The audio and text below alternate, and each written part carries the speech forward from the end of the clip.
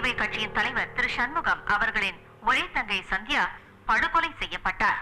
சந்தியாவின் மரணத்திற்கு போலீசாரால் தேடப்பட்டு வந்த குற்றவாளி துரைதான் காரணம் என தெரிய வந்துள்ளது. சம்பவ இடத்திலேயே துரை கைதானார்.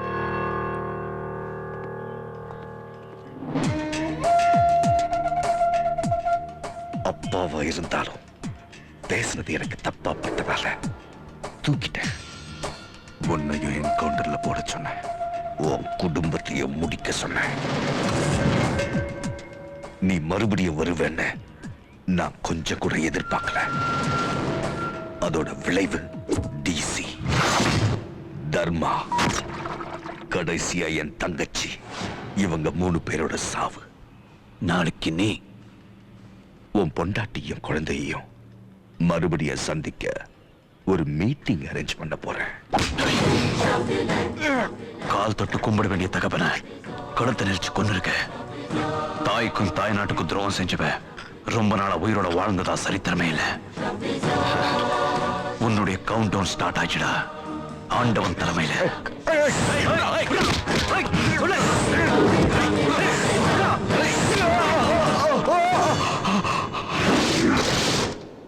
நான் கோச்சிக்கவே நினைச்சியா? முதலமைச்சராக போறவனுக்கு பொறுமை ரொம்ப இருக்கணும். இவன் எப்படி முதலமைச்சராவான்னு யோசிக்கிறல்ல? நாளைக்கு 13ஆம் தேதி ஞாயிற்றுக்கிழமை காலையில 8 மணில இருந்து தமிழ்நாட்டுல ஒவ்வொரு செகண்டுக்கும் எத்தனை பணம் விழான்னு எனக்கே தெரியாது. ஒரு எதிர்கட்சி தலைவனா நிர்வாக சீர்கேடுன்னு கவர்னர் கிட்ட மனு கொடுத்து இந்த ஆட்சியை கலைச்சிடுவேன். இதையே எனக்கு சாதகமா பிரச்சாரம் செஞ்சு நான் முதலமைச்சர் ஆயிடுவேன். உன் குடும்பத்துக்கு ஹலோ சொன்னேன்னு சொல்ல, அப்படியே எங்க அப்பனை கேட்டேன்னு சொல்ல.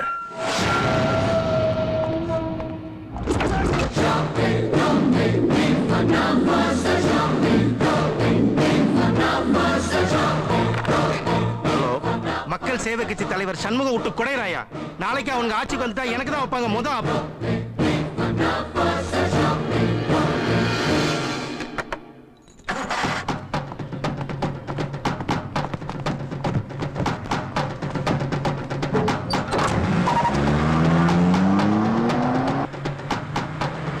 நாளைக்கு 13ஆம் தேதி ஞாயிற்றுக்கிழமை காலையில 8 மணில இருந்து தமிழ்நாட்டுல ஒவ்வொரு செகண்டுக்கும் எத்தனை பணம் விடான்னு எனக்கே தெரியாது.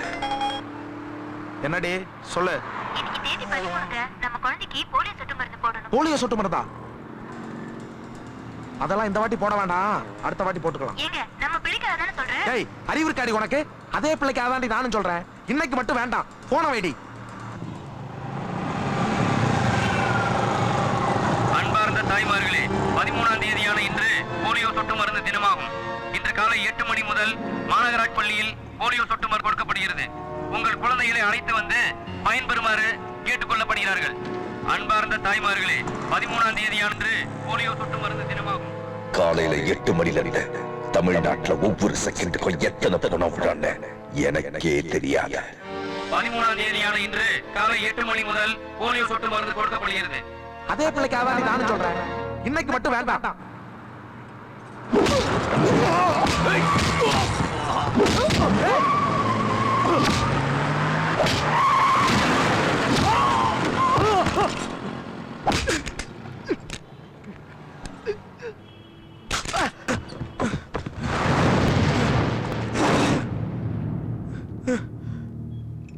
போன் எடுறா. பொண்டாட்டிக்கு போன் போடு. எதுக்கு? இன்னைக்கு உன் குழந்தைக்கு போலியோ சொட்டு மருந்து போட சொல்ல. போடலாம். இல்ல வேணாம். எதுக்கு? இன்னும் 10 நிமிஷத்துல தமிழ்நாடு முழுக்க போலியோ சொட்டு மருந்து கொடுக்க ஆரம்பிப்பாங்க.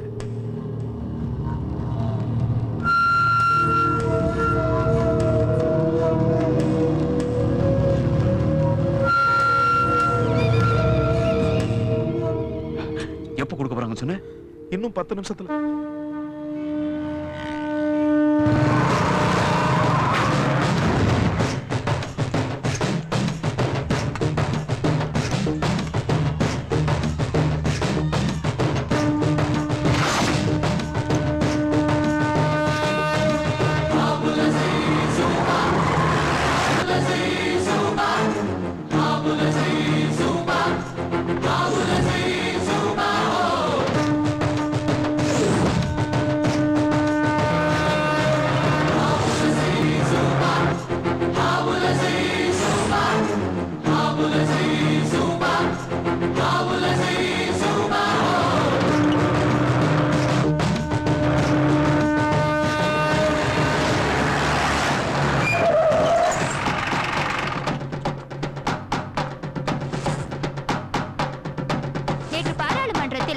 உற்பத்தி ஒப்பந்தம் பற்றி விவாதிக்கப்பட்டது. இது குறித்து எக்ஸ்கியூஸ் மீ, ஐம் சாரி.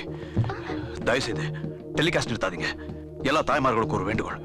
தமிழ்நாட்டில் இருக்கிற எல்லா மாவட்டங்களையும் சரியா 8 மணிக்கு அரசு தரப்புல இலவசமா போலியோ சொட்டு மருந்து போட போறாங்க. தயவுசெய்து உங்க குழந்தைங்களுக்கு அந்த சொட்டு மருந்து போடாதீங்க.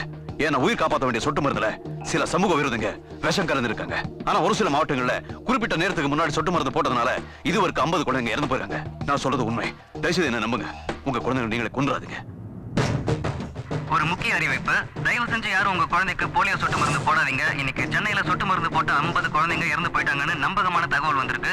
இந்த செய்தி கேட்கறவங்க எல்லாம் உடனடியாக பக்கத்துல இருக்கிற சொட்டு மருந்து மையத்துக்கு போய் மருந்து போடுறதை தடுத்து நிறுத்துங்க. ஐயோ அடிய மீனாட்சி, குழந்தைக்கு சொட்டு மருந்து போடாத, அதுல விஷம் கலந்திருக்கு. சத்தியமா சொல்றியா? இத பத்தி எங்களுக்கு ஒண்ணுமே தெரியாதுயா.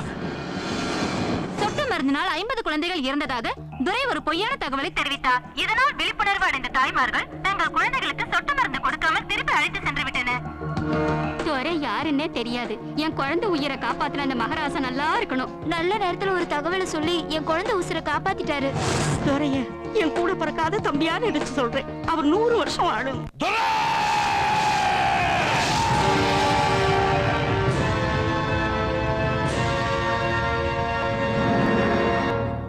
எப்படி அவன் தடுத்தான்? Damn it! அவன் எங்க இருந்தாலும் சரி, இன்னும் 24 மணி நேரத்துக்குள்ள உயிரோட இங்க இருக்கணும். என் கண் முன்னாடி என் கையால அவன் சாகணும். Hey!